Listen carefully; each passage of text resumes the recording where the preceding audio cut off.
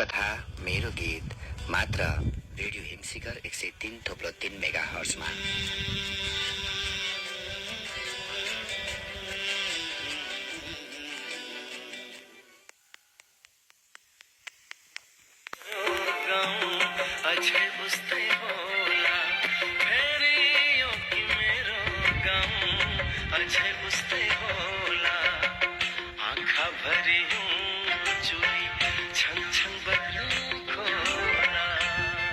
धान खेती थिएन, नाङ्गी गर्नको लागि डल्ले आउधान छरुवा हानेको हुन्थ्यो, त्यही पनि चराचुरुङ्गीले खाइदिन्थ्यो।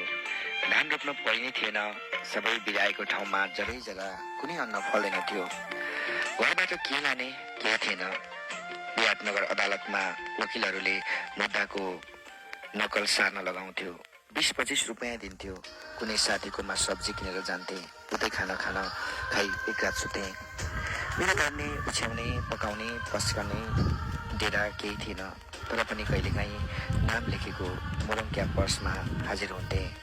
आफ्नो सेक्सनमै चिन्दिन्थे। ए र एचसम्म सेक्सन थियो।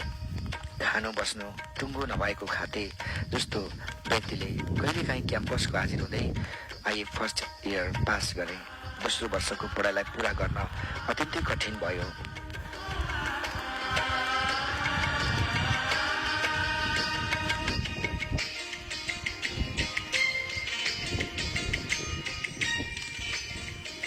जगदीश अग्रवालको धप्प चप्पल फ्याक्ट्रीमा ड्युटी बस्न थाले। महिनावारी तलब रु 500 र बस्ने त्यहाँ थियो। रातभर खबरदार गर्दा लामखुट्टेले रातभरि टोकेर अनुहार सुनिएको। हिउँदको समय रातभरि उसैसँग चोटलम्मै भिजेर बिहानसम्म चिसो भइसकेको हुन्थे। बेलुक बिहान लिएर आउँदा गाडीहरू कलकारखाना चलेको र सहरको कोलाहलले निन्द्रा पटक्कै आउँदैन थियो। रातभरि ड्युटी, दिनमा क्याम्पस जान्थे। जीवनमा निन्द्रा सबै भागेर गयो। सोच्नुहोस्, कहिल्यै नसुत्ने यो संसारमा कोही छैन होला। यतिखेर म नै थिएँ। म कमजोर हुँदै गएँ। मेरो सोच्ने, मेरो तीक्ष्ण बुद्धिहरू अझ झन् बिहान हुँदै गयो। नसुतेकोले गर्दा सेकेन्ड इयर फेल भएँ। अर्को वर्ष ब्याक दिनु पर्ने भयो। मलाई जागिरमा लगाइदिने कोही आफन्त थिएन। रक्सीमा शिक्षा आयोगमा पनि जागिरी आफन्त, त्यो सम्बन्धी कार्यालयमा आफन्त को छ भने सोध्थे, छैन भन्थे। त्यही बिगार गरिस् भने कसलाई पक्रने को जिम्मा हुन्छ त?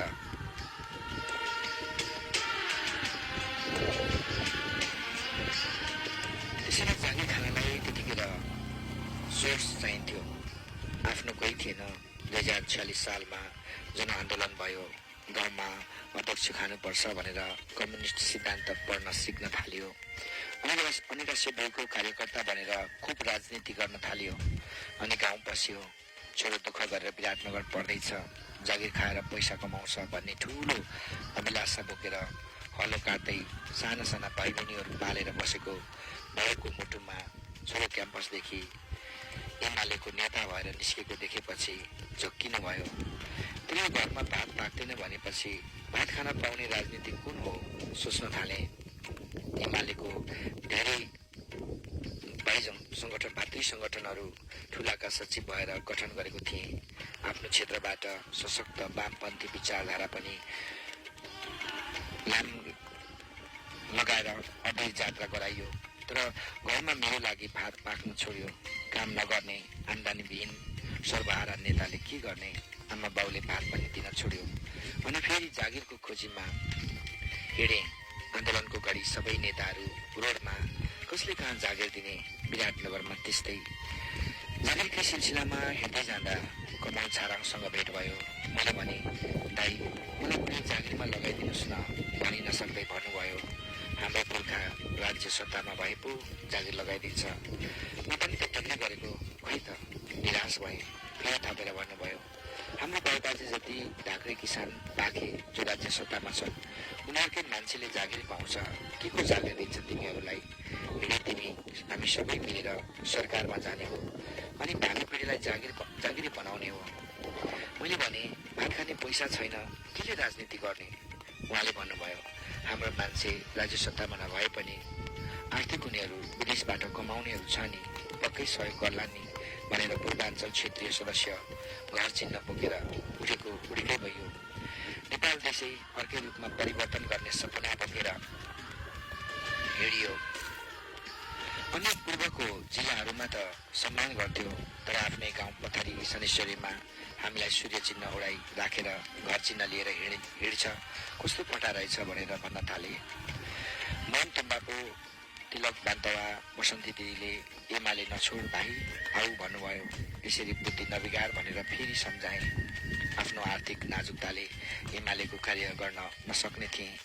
केही वर्षमा नै गोलीबहादुर खपाङ्गीले दसैँको टीका लगाउनु हुँदैन, तिमीहरूको पुर्खाहरूलाई मारेर तिमीहरूलाई नै विजयको दशमीको टीका मुखमा खाने चामल निधारमा लगाउन लागेको भन्दै बडा दसैँ बहिष्कार गर्न लगायो।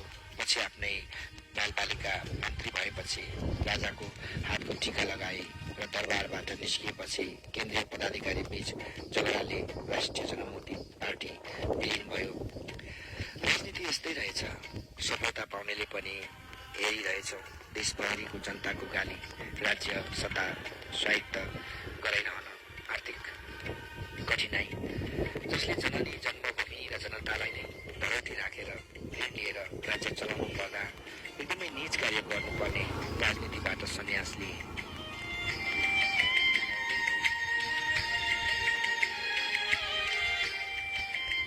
बिहा गरेर छोराछोरी हुर्काउन अरूको अधिया जमिनहरू कमाउन थाले। माओवादी जनयुद्धले राजनीति पनि हराइदियो। बुबा आमासँग अलिकति जग्गा मागेर आफ्नो छोराछोरी हुर्काउने तर्फ लागे।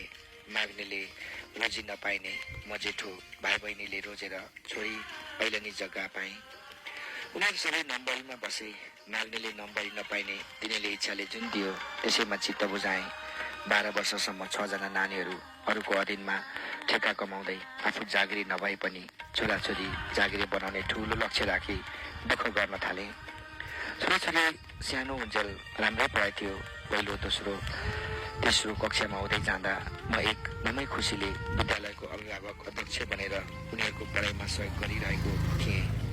अलि बढेर बाहिरी सङ्गतिहरूसँग गोलमेल हुन थाल्यो। ज्ञान शरीर बढ्दै गयो, स्कुलको ज्ञान घट्दै गयो। फर्स्ट हुन त कहाँ अचानक फेल हुन थाल्यो। हरेस लागेर आयो। पढाइलाई छोडेर अन्यतिर हिँड्न थालेपछि फेरि निराश भएँ। बाउ आमा भन्दा बाठो कुरा गर्न थाल्यो। अनि हराउ खटाउ अधीन गर्न छोडे। त्यसैले सबैले पढाइ छोड्यो। बाउ आमाको केही चाहिँदैन जस्तै गर्न थालेपछि अब कसको निम्ति दुःख गर्ने भनेर मैले पनि लत्तो छोड्दै गएँ। यसमा श्रीमतीको पनि ठुलो सहयोग चाहिन्छ। श्रीमतीले श्रीमानको कुरा मान्छ, डर लाग्छ भने छोराछोरीले दुवै बाउ आमाको आज्ञा पालना गर्छ। बाउ आमाको झगडा गर्न थालेपछि छोराछोरी दुवैको कुरा सुन्न छोडेर गलत कार्य कुलततिर लाग्न थाल्छ। लाग्दैभन्दा स्वास्नी घरमा ठुलो कुरा गर्न थाल्यो। बाठो हुन थाल्यो भने छोराछोरी छाडा भएर अनियन्त्रित हुनुको मूल कारण हो। प्रायः सबैको घर बिग्रनुको मूल कारण त्यही रहेछ। बेला नगर्दै डाँडा पाखाहरूमा मन बोलाउन थाले। मलाई धन सम्पत्ति सन्तानको मायाबाट टाढा हुँदै गएँ। भगवानसँग दुःख बिसाउँदै हिँड्दै सबै लक्ष्यमा फेल भएपछि शिवनभित्र छिरेछु। आत्मिक पिता माता सृष्टिकर्ताको आराधना प्रार्थना गर्छु। दुःख गरेको धन सम्पत्ति आफूलाई भन्दा प्रगाढ माया गरेको प्राणकारी पढाइ हृदयको भएपछि घर जग्गा छोराछोरी गाउँ विश्व ब्रह्माण्ड मात्र होइन आफ्नो शरीर नै व्यर्थ रहेछ भन्ने कुरा बोध भयो। सम्पूर्ण त्यागेपछि आफू एक्लो भएपछि झन् कसैलाई बोलाइएन हेरेन र पूर्ण रूपमा एक्लो भएको महसुस भयो। एक पालाको लागि टाटा कम्पनी कपडा बोकेर पहाडका डाँडा पाखाहरूको बजारमा हिले सिधुवा पाखरीबास चैनपुर बसन्तपुर खाटबारी पारिदिलासम्म पुग्थे। पुर्ख्यौली भूमि बाल्यकालमा हिँडेको गाउँहरू डाँडाहरू हेर्दै आफ्नो मनलाई बोलाउँथे। आफैलाई बिर्सेर डाँडा पाखाहरूमा रमाइरहेको बेला एक्लो जीवनमा एउटीले फेरि साथ दिने बाचा गरी पुर्ख्यौली भूमि बारी पहिरोलाई बचेको काकाको छोराहरूलाई बाउले दिएको ऐलनी जग्गा छोराछोरीको कपडा पसल पनि कोरोनाको हैजाले बजार लाग्नै दिएन। खानको लागि 55 वर्षको रोगी मान्छेले म गई टिपेर घर घर डुलाउँछु। वर्षायाममा त निगुरे टिपिन्छ। हिउँदो लागेपछि के गर्नुपर्ने हो? व्यापार गर्ने पैसा पनि छैन। अर्काको घरमा घर भाडा तिरेको छैन। एक मुठी सास बचाइरहेछु। अनिश्चित चोला